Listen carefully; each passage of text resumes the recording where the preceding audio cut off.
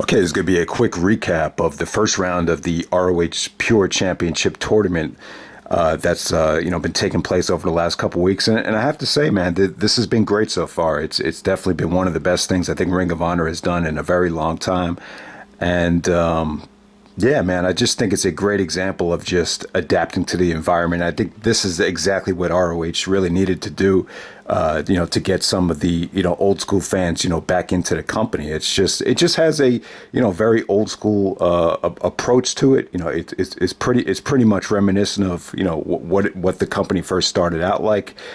Been a very long time since they've had the Pure Championship. I guess the last time they actually had the belt was when Bryan Danielson unified it. At Unified when he beat Nigel McGuinness. But yeah, I mean, my thoughts are pretty much the same as everyone else. I mean, the video packages have been extremely well done, whether it be someone like an ROH legend like Jay Lethal, where, they could show the history of all he's accomplished in the company, or even guys like, that you've never even heard of before. It really gave you a chance to, get to know them, feel connected with them. You see the name, it's like, man, I don't know anything about this guy, but by the time the video packages ends, like you almost end up rooting for them. Some of them have depressing stories, some of them have interesting stories, but the tournament as a whole really had a feel of, this is like do or die for a lot of these guys. And I'll tell you, like, the one thing I've learned over the last couple of years is it's such a thin line between being, in sports in terms of being successful and being not successful. It's just a very thin line. I mean, just like one little difference here or there could really, make it or break it for some people. So, yeah, man, just think everything here so far.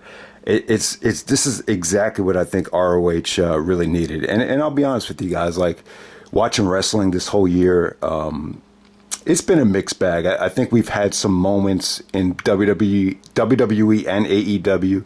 There's been some bright spots, but for the most part, I'm a little bit like regretful about watching and reviewing a lot of the shows that have taken place. I mean, it's been kind of a bland year in terms of the wrestling quality, but I think when you look back on this year, like this is I think exactly what I think a lot of fans wanted to see. But let's get right down to it. Let's go to the very first night of the tournament.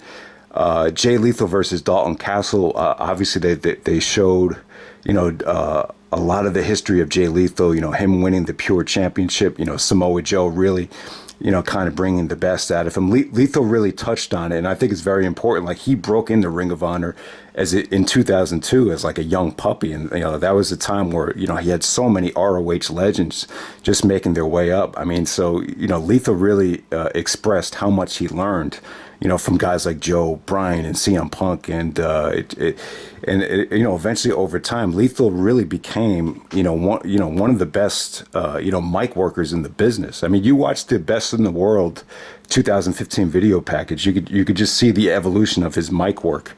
So I guess at this time right here, he's tag team champions with Jonathan Gresham. So he talked about how he wanted to meet Gresham in the finals. And then you learned a lot about Dalton Castle's, athletic history. I had no idea, like, Dalton Castle was, that accomplished of a amateur wrestler. And then you see him kind of making the transition into kind of like a wacky professional wrestler. He did beat Cody for the belt. He actually won the ROH World Championship at Final Battle a couple years ago. So they touched on that. So I thought the video package is cool. Lethal and Castle, I would say arguably the best match out of all these matches. These guys know each other a lot well than a lot of the other guys here. So you just had great stuff. Castle's an athletic worker, but Lethal has a tremendous move set. So yeah, man. I mean, there were you could definitely tell that Lethal's not as athletic as he used to be, but still a hell of a worker there. So that was definitely highlighted the first round. So the very first show, the other match was Jonathan Gresham versus Yuta in the first round here. So you learned a lot about Yuta. You learn how he actually moved and went to college at Villanova, so you could train with Drew Gulak. So he's very well spoken. He was a pretty likable guy. I would say that Gresham and Yuta, out of all the first round matches, this actually had the best pace to it. This had the most, flow. I mean, it was just beautiful to watch. I mean, Gresham, you could see his, amateur background here. You could see you could see his athleticism. Very nimble match. The beautiful beautiful spot where they both had each other locked in a figure four, and they just kind of crawled out of the ring from a figure four position. That was really cool. Brutal ending there by Gresham, just taking Yuta's foot and just stomping it down. Really, really brutal ending. Really sweet match. Both of those two matches on the very first night were, they came off really, really good. They really set the tone, I would say, for the tournament. All right, so for the second night of the tournament,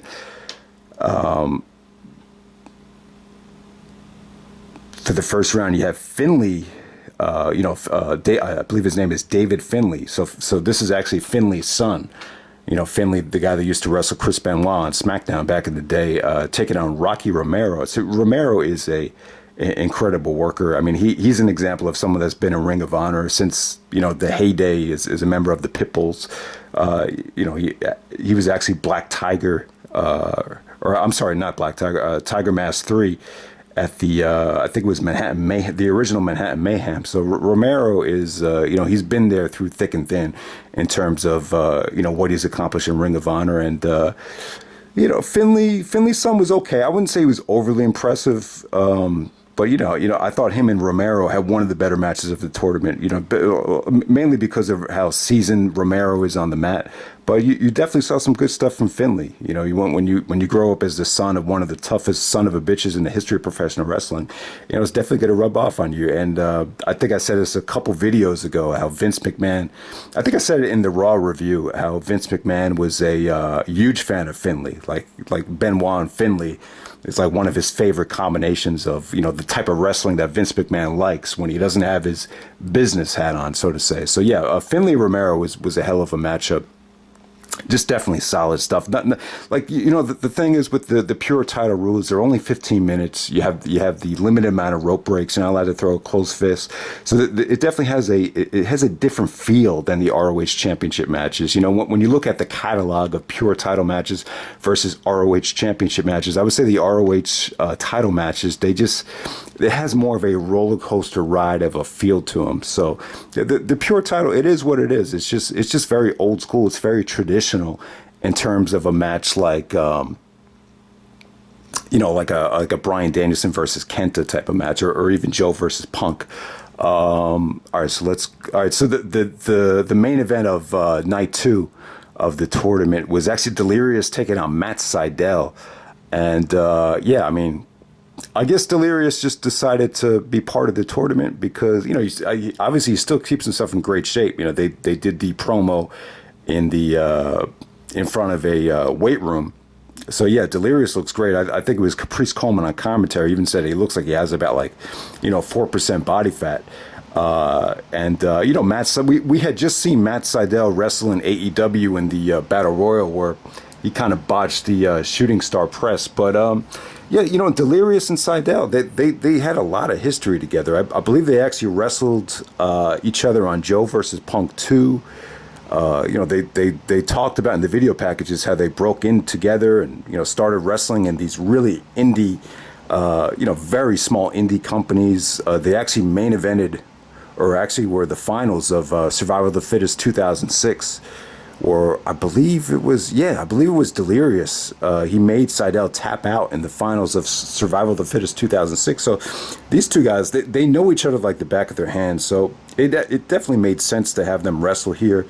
And Sydal actually goes over Delirious. Not their best match, still solid stuff. Still definitely a little bit more submission oriented than a lot of their matches from 2006, where they had wrestled a lot. If you haven't seen it yet, check out the Survival of the Fittest 2006. It's a great example of, I would say, both guys in their prime.